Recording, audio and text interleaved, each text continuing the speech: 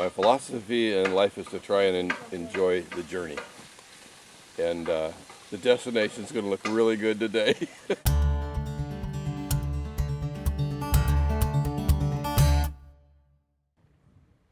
Well, I woke up the next morning and my legs felt fine. I wasn't sore, like, a lot. Oh, my butt felt okay, but then second day came. Predictions are for today. It's going to be a very long day. 70 miles. Very long day. I wasn't really scared that we had to do another 5 days.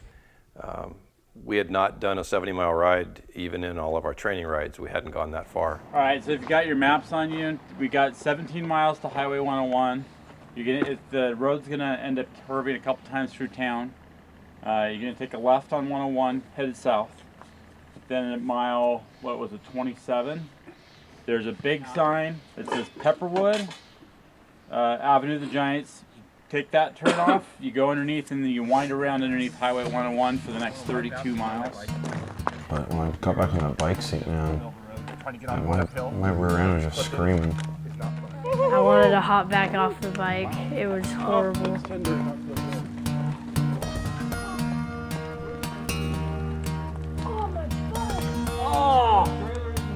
think it's possible. Oh, that actually feels really good.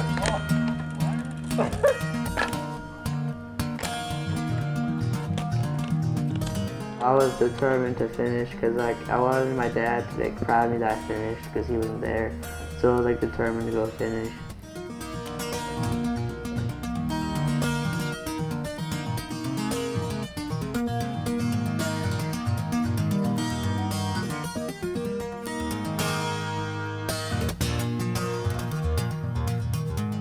Highway 36 has some really rough patches in it. It's very narrow. You share it with logging trucks. You get on 101, it's freeway. And it's legal for us to ride on the freeway there. I guess that just all the cars and all that changed and got a little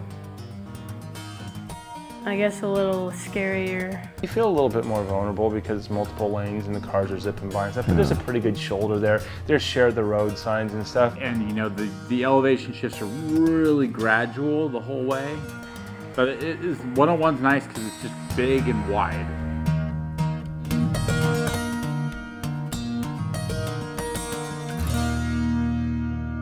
So much easier than day one. Brad? I would rather do 2 of these back to back than one yesterday. Oh yeah. Well, we haven't hit the big stuff yet. Still feeling pretty good. Yeah.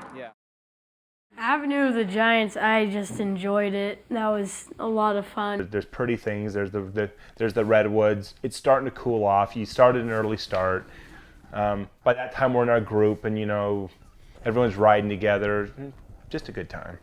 That was awesome. It was like redwoods. I think I kind of slowed down to, like, look out because I'd never seen them before. So I was like, it's pretty cool. I absolutely believe that after you do the 70-mile ride, you can do anything because they're all smaller than that. So you've sat on the bike that long, then you get past that day, then there's no doubt you're going to make every other day. At mile 60 the second day, I mean, I was done. Wow, And I basically just limped in the last 12 miles that day. Stopped at Subway in 8. I mean, I thought after Subway, I thought, oh, you know, I'm good to go again. Yeah, for about 2 minutes. It went really well.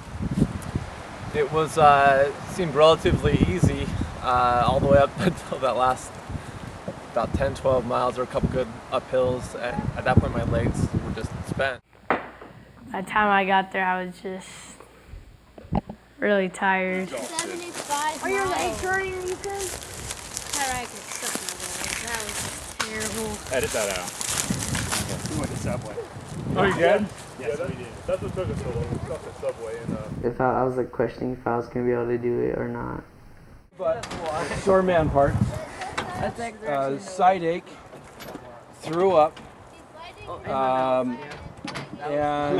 his anal orifice is throbbing. And his breasts are tender. And guess what? But he's here. You're 100% pure man after. Yeah. You're here. That's right. You made it. I was doing 6 to 10 cranks and then pausing. 6 to 10 cranks and then pausing. You do crank? Yes. Crack, crank, and ecstasy. I mean, we stayed at some of the most beautiful campgrounds that I think, you know, the state of California or the country, I would imagine, has to offer. They're just gorgeous. And Richardson Grove was no exception. It's right on the river. It's right on the Eel River, and real pretty place. Richardson Groves, I remember a lot of spirited talk around the campfire and stuff like that. We would like just kick it for like an hour or two, then I'd go change. Like we'd sit out there for like another hour, and then we'd go to bed. I think people were in better spirits the second day after the first day. I mean, Yeah, the first day. I mean, everyone was everyone. everyone was just done the first day. I mean, there wasn't a lot of talk. I don't remember there being a lot of talk that night. There was some. I mean, but if every day was like the first day, I would have been in trouble. Today was the longest ride. heck? It's only at So now Look at the scale though, Dave. Look at the scale. For like 2-3 There's hours. a cliff we go up and a cliff we fall off of. So tomorrow is 53. Day 5. I saw some. 64. Day 4 is 64, yeah. Day Day 5. 5 is 62. What? And day 6 is 59. Freaking it Yes. That's going to San Francisco. These are aggressive freaking rides. I mean, you don't. No, but the top of the mountain is 47 feet. It's one of the reasons that a bike ride is really a great thing. You have no choice. You got to get to camp. So you can wimp out and not get on the bike the next day, but that's not an option for most people. The whole ride is to be able to do it. That's what the whole ride is about.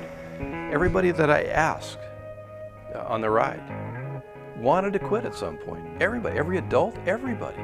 It would be easier to stop, but for all different reasons, they wouldn't do it. And when you don't quit, you find that there's just a whole bunch more that you can do in every endeavor.